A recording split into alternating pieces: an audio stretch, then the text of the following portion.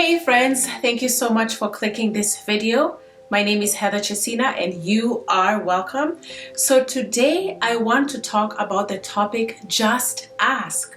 And the reason why I want to talk about this topic is sometimes as Christians we feel as if we need to travail, to push or pray until something happens, and to really be under so much pressure for God to answer something. So my topic, just ask, is actually from the verse Philippians 4:6 that says, do not be anxious about anything, but in everything through prayer, petition, and thanksgiving, present your requests to God. So I have two testimonies that really speak to the fact that hey, we really need to present everything to God. How will we know that something that we're asking for is a yes and God will answer immediately? How will we know if something is probably a no or a wait if we don't ask? So the only way for us to filter or know if this is something that God can answer immediately is if we present all our requests to God. So that's something that we really need to think about, because especially if you are going through a season where, just like Daniel, you feel as if there's so much warfare going on and you're over there in the secret place just pressing on. Sometimes it's easy just to assume that everything else, all your requests, all the things you're hoping for, have to undergo the same laboring, right? But that's not the case. So I have two testimonies of two things that are dear to me that were answered just like that in this season of birthing, where I'm still holding on to stuff. I'm still pushing and hanging on to certain promises that God has given me. So in the midst of everything, He answered two things that I hold dear to me. So again, if you are in a season where you have things that you are anxious about, just as Philippians 4:6 talks about, present it to God. You may be surprised that He will answer you right away. So get yourself a cup of tea, coffee, whatever beverage you like, relax, and let's begin. Guess what? I found a church and it was just a prayer away. So if you have watched my testimony video, you will know that, or you will find out that I grew up in the church and I was in the same church for 19 years of my life before I immigrated to the US. So I went for every VBS, every concert, every youth camp, every meeting, every Bible study. I was there, and it was just a remarkable experience. Over the years, because I did grow up in Kenya, over the years when I was in Kenya, I met a couple of people who are church hoppers. So you will hear that they are in this particular church for a couple of months, and then they'll go to another church, or they're in between churches. So for me, I could not comprehend how people are church hopping, because I was so rooted and grounded in this same church for 19 years. I knew everything about it and I was very comfortable. So when I immigrated to the US, I became a church hopper. I was in between churches because there were things that I saw about one church that I liked and another church. So I was kind of unsettled. I didn't quite plant my roots in one particular church. In fact, I have never signed up to be a member of any church here in the US. But in Kenya, of course, I was a member. I was baptized in the same church. Yes, so this was something that was always in my heart, but I never took it to God. I just had this idea of my dream church, and I had my own list, not God's list, my own list. So I was kind of fleshly, and I had this idea of the church that will really fit and meet my needs, right? So I just remember one day as I was folding laundry, I spoke to God and I told him, hey, I'm ready to settle down. I know that I've never asked you about this. This is something that I've always felt that I could do it on my own, but I'm ready. I'm ready to find that church where I love and I can plant my roots. And I specifically said that I want to feel welcome, I want to belong, yes, and I want to plant my roots. So those three things. And this was when I was folding laundry, so it's not as if I was really serious about it. I was just presenting my request to God. Hey, this is what's going on, and I want you to be in it. I don't want my flesh to be in it. I want you to be in it, because at the end of the day, you know, Lord, you know what I need even before I ask, right? So yes, so I presented it to God, forgot about it.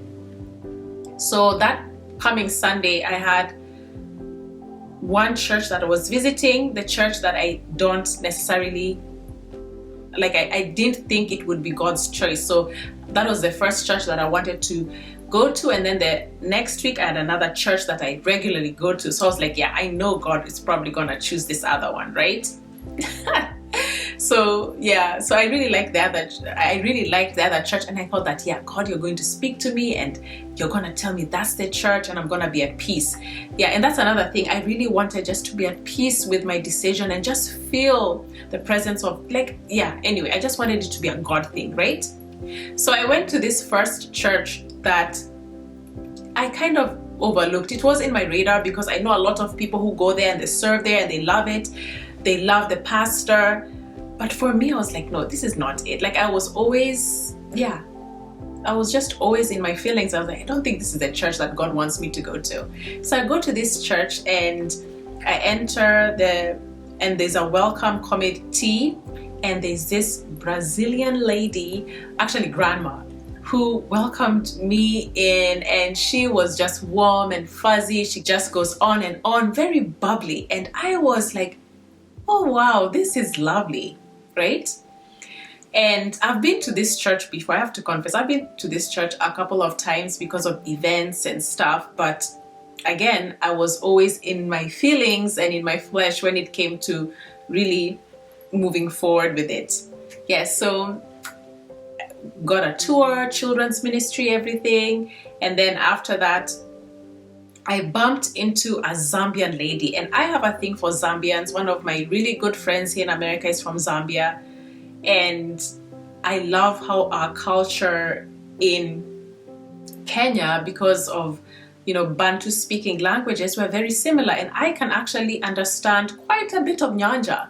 Yes, I understand that particular language, because when my friend would speak, I would be like, oh, I probably heard 60% of what you said. The food is similar. So in any case, I met this lady, and she just goes on and on about how lovely this church is, and she told me why she joined it, and I was like, oh my goodness, she's answering all the questions that I had. So she takes me to the balcony of the church, and I look down, and there's this huge sign on the screen that says, welcome home, you belong here. And I'll put a picture up.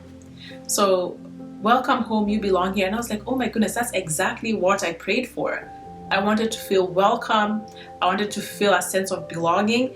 And at that point, I just felt the peace of God. And I was like, wow, yeah, I'm home. So it's just amazing, because I was just bouncing around churches, and even if I was in a church for a long period of time, I really felt unsettled. But this time around, I was like, wow, this is it. And the pastor was so lovely with the preaching. And yes, I've been there a couple of times already. Now, as I haven't signed up to be a member, but I will soon enough. But yes, I just asked. So it's just amazing that it happened. So I'll go ahead and move over to the next section, which is another testimony. And actually, both of them were answered in the same week. Yeah. So let's move along.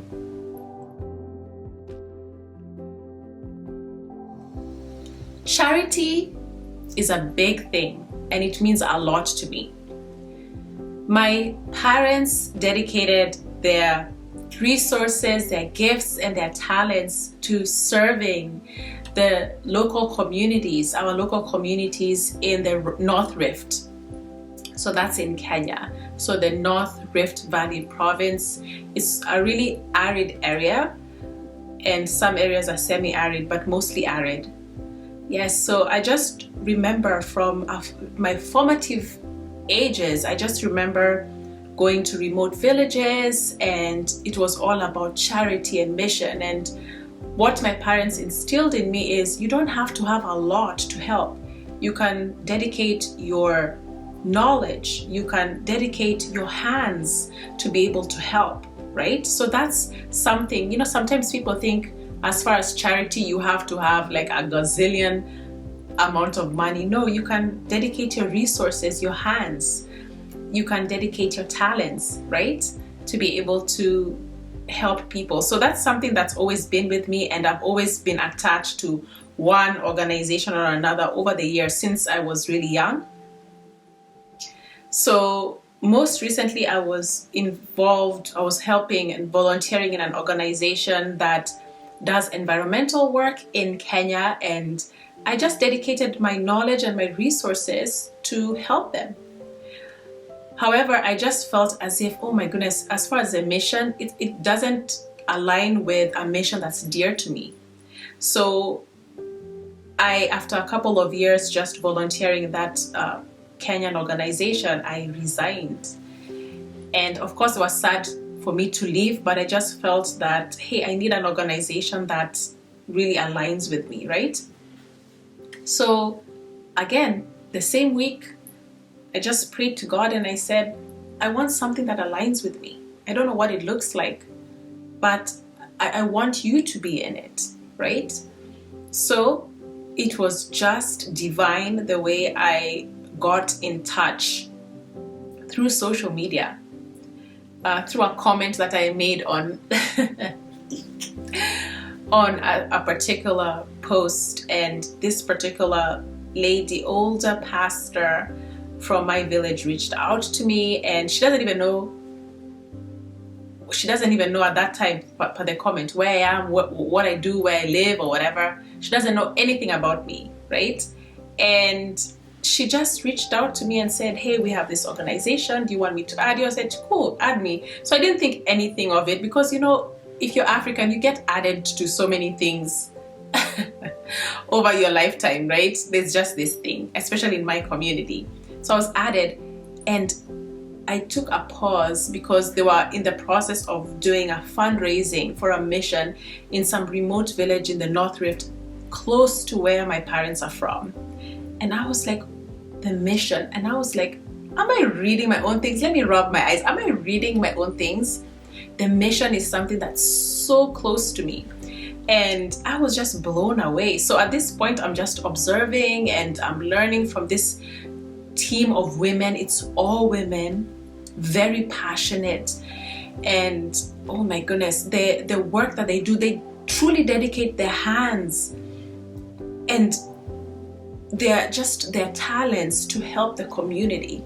So they shared some pictures where they're doing a mission, and they were helping with like cutting nails of people in this particular school, with grooming and like cooking, and just doing stuff that I saw my mom do when I was much younger. My mom would be there in the kitchen cooking and helping with these organizations and fundraisings, and often we would be tasked with butter knives to peel the potatoes or help with serving and just doing small things. But this is what I saw my mom do. My mom was always there helping and speaking to the women, and my dad was always there with helping with the fundraising. So I was like, oh my gosh, this aligns with what I love. So yeah, so for me that's a big thing, because I've always, and I know a lot of my siblings are the same way, we always try to attach ourselves to something that's dear to us. Yes, so I'm just floored, because if you've been through a lot in your life and if you've had to push, pray until something happens, if you've had to push and travail, and you hang on to these verses like Daniel fasted for 21 days and this happened and all this stuff. So sometimes it's like a conditioned to, yeah, there's gonna be war. Let me draw the sword of the Spirit and let me get ready to fight, right? But at times it's just, some things are just a prayer away, like legit. Some things are just a prayer away. And it's just fascinating the way both of them were answered in 1 week. I was like, man, I wish things were this easy in this Christian walk. But in any case, that's just what I wanted to share, my 2 testimonies. And I hope it encourages you to just be in this posture where you constantly take everything to God. Constantly take everything to God. Sometimes God will tell you, wait. I've been told, wait, I'm working on you, and I'm doing this a couple of times, and that's okay. I remember, gosh, am I going on a tangent? I don't even know. I just remember that, was it last year? I was working on my 3rd book, and God was like, no, this one, you have to wait it out. So sometimes God will tell you to wait, and that's fine. Sometimes you have to travail. Sometimes you have to get on your knees and just warfare, but other times you just ask and you get it. So I hope that helps someone out there. I love you guys, and guess what? I will see you on the next one.